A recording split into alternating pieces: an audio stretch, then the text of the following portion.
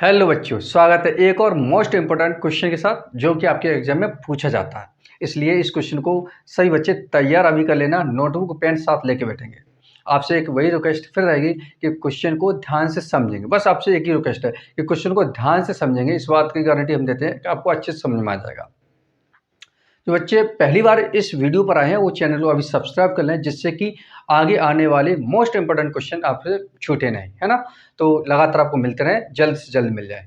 तो सब्सक्राइब अभी कर लीजिए, और जो बच्चे पुराने बच्चे हैं वो वीडियो को लाइक जरूर कर दें, जिससे कि हमें हिम्मत मिले कि हमारी मेहनत आपको पसंद आ रही है।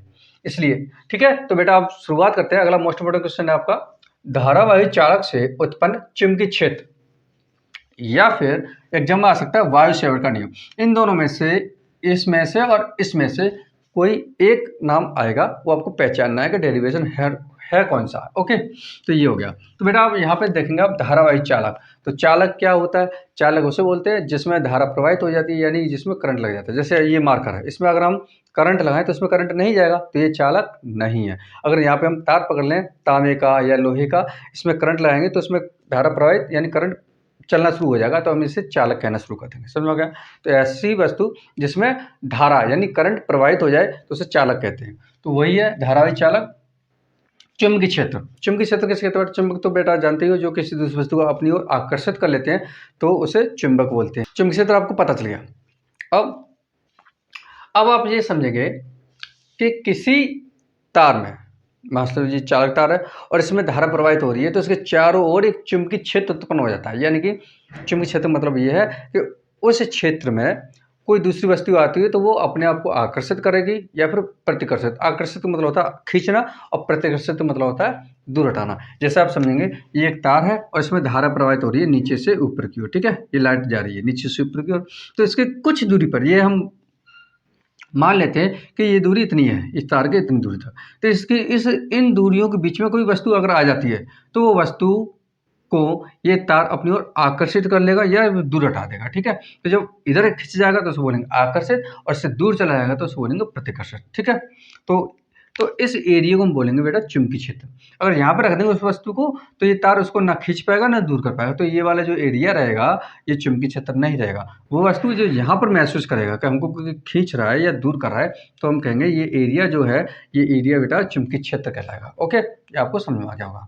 अब बेटा आता है आपके पॉइंट पे डायरेक्ट।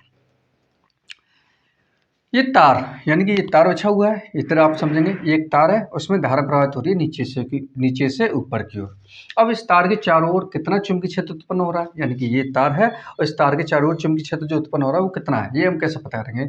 तो एक वैज्ञानिक थे वायु सेवर्ट ने कुछ नियम दिए थे, जिस नियम को नियम की सहायता से हम ये पता कर सकते हैं कि इस तार के कुछ दूरी पर, यानी कि ये दूरी हमने मान लिया ये तार है, इसके कुछ दूरी पर, यानी यहाँ पर कुछ दूरी पर हम ये पता कर सकते हैं कि इस जगह पर वैद्युत क्षेत्र कितना है। मान लीजिए ये तार है और इससे इतनी दूरी पर, यहाँ पर इस जगह पर हम मान सकते हैं यहाँ पर कोई चीज़ है तो कितना महसूस करेगा कि वैद्युत क्षेत्र कितना है। ठीक है, तो उम्मीद है आपको ये बेसिक चीज़ आपको समझ में आ गई होगी। यहाँ आप समझेंगे ये तार है, इससे कुछ दूरी पर एक जगह है, वहाँ पर हमें वैद्युत क्षेत्र ज्ञात करना है कि यहाँ पर वैद्युत क्षेत्र है कितना, ये पता करना है। तो वैज्ञानिक वायु सेवर्ट ने कुछ नियम दिए थे, वो नियम इधर मैं लिखता हूँ, आप एक और समझेंगे कि इस डेरिवेशन को करने के लिए बस आप एक फॉर्मूला लर्न कर लीजिए, उसी फॉर्मूले से आपका डेरिवेशन हो जाएगा। क्या हो जाएगा?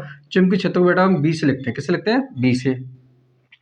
लेकिन यहाँ पे हम छोटा एक्सपेरिमेंट कर रहे हैं। देखो यहाँ पे मैंने जो कलर किया हुआ है, वैसे तार तो बहुत लंबा है, लेकिन हम पूरे तार पे एक्सपेरिमेंट नहीं करेंगे, छोटे से भाग पे एक्सपेरिमेंट करते हैं।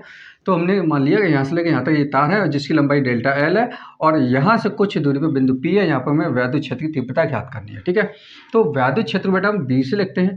डेल्टा इसलिए लगाया हुआ है, डेल्टा इसे बोलते हैं, यानी कि त्रिभुज है, यहाँ पर हम त्रिभुज नहीं बोलेंगे, डेल्टा बोलेंगे। इस डेल्टा का मतलब यही होता है कि छोटे से पार्ट का हम एक्सपेरिमेंट कर रहे हैं। ठीक है, छोटे से हिस्से का।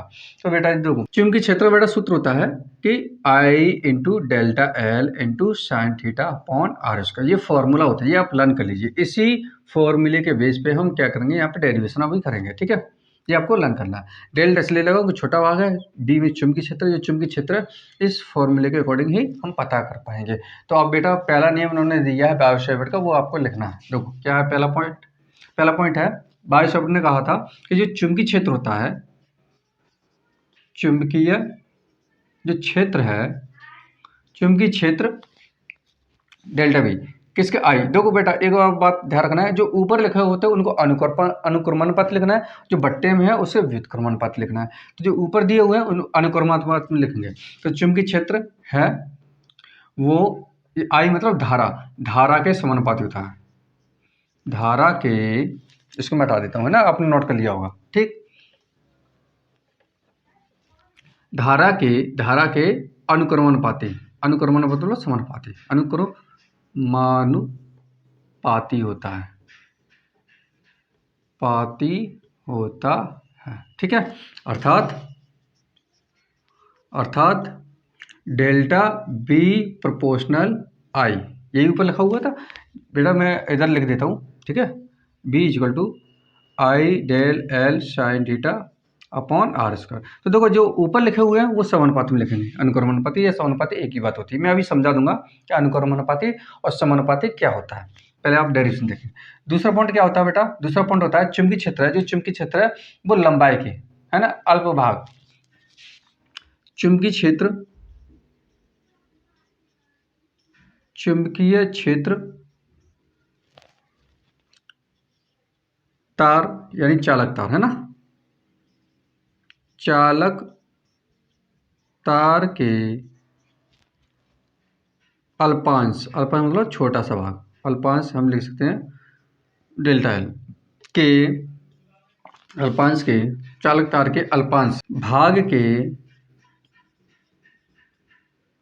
अनुक्रमानुपाती होता है, अनुक्रमानुपाती होता है,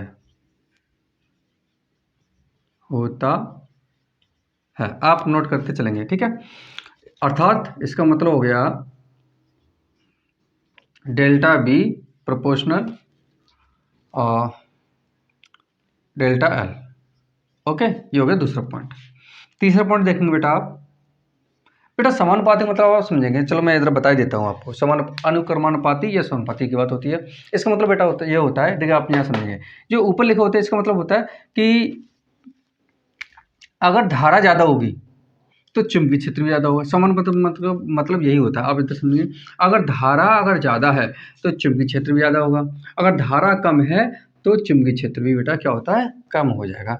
इसी को बोलते हैं अनुक्रमानुपाती या फिर समानुपाती, ठीक है। ऐसे इधर अगर इस तार में अगर लंबाई ज़्यादा कर देंगे तो चुंबकीय क्षेत्र भी कैसे हो जाएगी, ज़्यादा हो जाएगी, अगर लंबाई कम करेंगे तो चुंबकीय क्षेत्र भी क्या हो जाएगी, कम हो जाएगी। इसका मतलब वो होता है अनुक्रमानुपाती, यानी एक चीज़ कम हो रही है तो दूसरी भी कम होगी, अगर एक चीज़ कम करेंगे तो दूसरी भी कम हो जाएगी, ये होता है अनुक्रमानुपाती। तो हमने पहला पॉइंट लिख दिया, दूसरी लिख दिया, अब बचा हुआ है साइन थीटा, ठीक है। तो यहाँ पे तीसरा पॉइंट हम लिख दे रहे हैं, नीचे जगह नहीं बचेगी इसलिए मैं ऊपर कर देता हूँ, लिखने में टाइम लग रहा है, वीडियो बड़ी हो जाएगी, इसलिए मैं इसको पहले लिख देता हूँ फिर आपको कराता हूँ, आप इसे नोट कर लीजिए, ठीक है।